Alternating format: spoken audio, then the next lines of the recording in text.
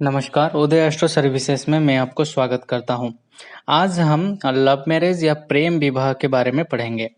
तो आज हम क्या-क्या देखेंगे? आज हम देखेंगे कि कुंडली में ऐसे कौन सा योग रहता है ताकि ये लव मैरिज को इंडिकेशन करता है। उसके साथ-साथ लव मैरिज के लिए हमको कौन सा घर देखना है, उसके साथ-साथ कौन सा ग्रहों को देखना है, आज उसके बारे में हम चर्चा करेंगे। तो पहले दोस्तों जब भी हम लव मैरिज के बारे में प्रेडिक्शन करेंगे तो पहला भाव होता है पंचम भाव। तो पंचम भाव क्या है? प्रेमियों का भाव है, प्रेमिका का भाव है। तो इसीलिए पहले हम पंचम भाव को कंसीडर कंप्रोमाइज करना चाहिए जब भी हम कुंडली हमारे पास आता है लव मैरिज के लिए।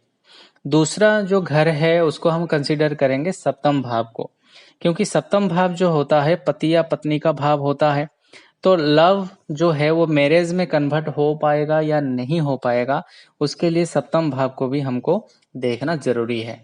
उसके बाद तीसरा में हमको लग्न को भी देखना जरूरी है कि लग्न का स्वामी कौन है, उनका रिलेशन क्या है पंचम और सप्तम के साथ, इसीलिए लग्न भाव को भी हमको देखना है।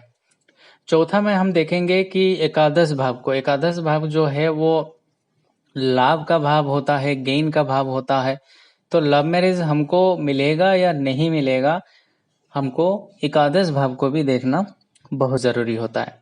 तो बहुत वेरी सिंपल मैं आपको बताऊंगा और लास्ट में कुछ मैं कुंडली का एग्जाम्पल दूंगा ताकि आपको पूरा क्लियरली समझ में आ जाए। तो आगे बढ़ाते हुए मैं आपको 4 रोल ऐसे बताऊंगा, जिस 4 रोल को आप अप्लाई यदि कुंडली में कर सकते हैं तो आपको पता चल जाएगा कि उस कुंडली का लव मैरिज होगा कि नहीं होगा। पहला नियम फ्रेंड्स कि लग्नेश पंचमेश का यदि आपस में कोई युति हो या परस्पर दृष्टि में हो तो मान लेना चाहिए कि लव मैरिज हो सकता है।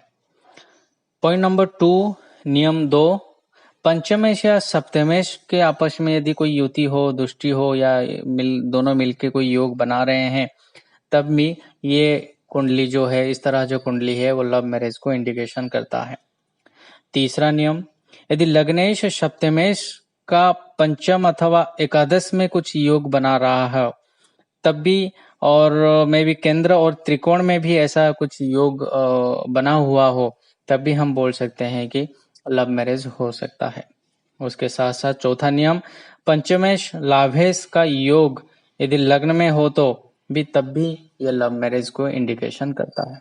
तो दोस्तों मैंने आपको 4 ऐसे नियम बताया। पहला नियम, यदि लग्नेश पंचमेश का साथ कुछ लिंक हो। द्वितीय में पंचमेश सप्तमेश के साथ। तृतीय में लग्नेश सप्तमेश के साथ। और चौथा है पंचमेश लाभेश के साथ यदि कुछ है तो ये इंडिकेशन करता है प्रेम विवाह या लव मैरिज के तरफ। हम कुछ कुंडली देखेंगे। पहला कुंडली देखेंगे कि कर्क लग्न का कुंडली है।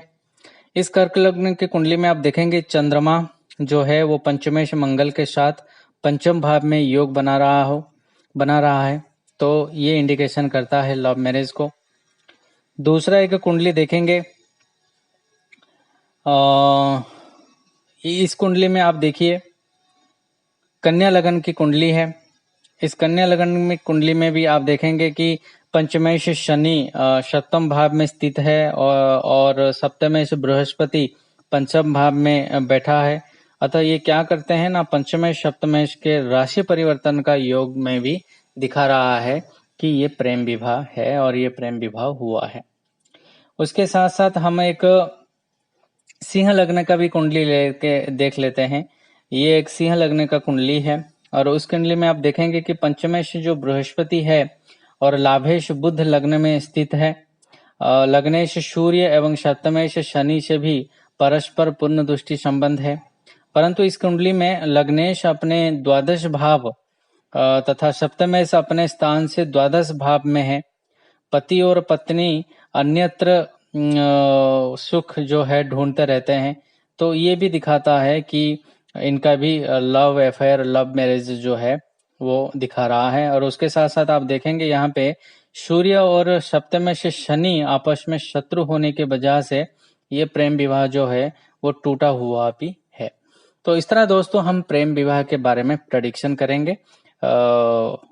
आपका जो भी समस्या होगा, जो भी समस्या प्रेम विवाह रिलेटेड या आपको लव मैरिज रिलेटेड आता है तो ये 4 चीज को कंसिडर कीजिए और 4-5 कुंडली को मिलान कीजिए, 4-5 लग्न कुंडली को मिलान कीजिए। आप देखेंगे कि कहीं ना कहीं ये 4 चीज जो है वो बैठता है और इसी 4 चीज के कारण जो है आप प्रेम विवाह के ऊपर प्रेडिक्शन कर सकते हैं। Thank you.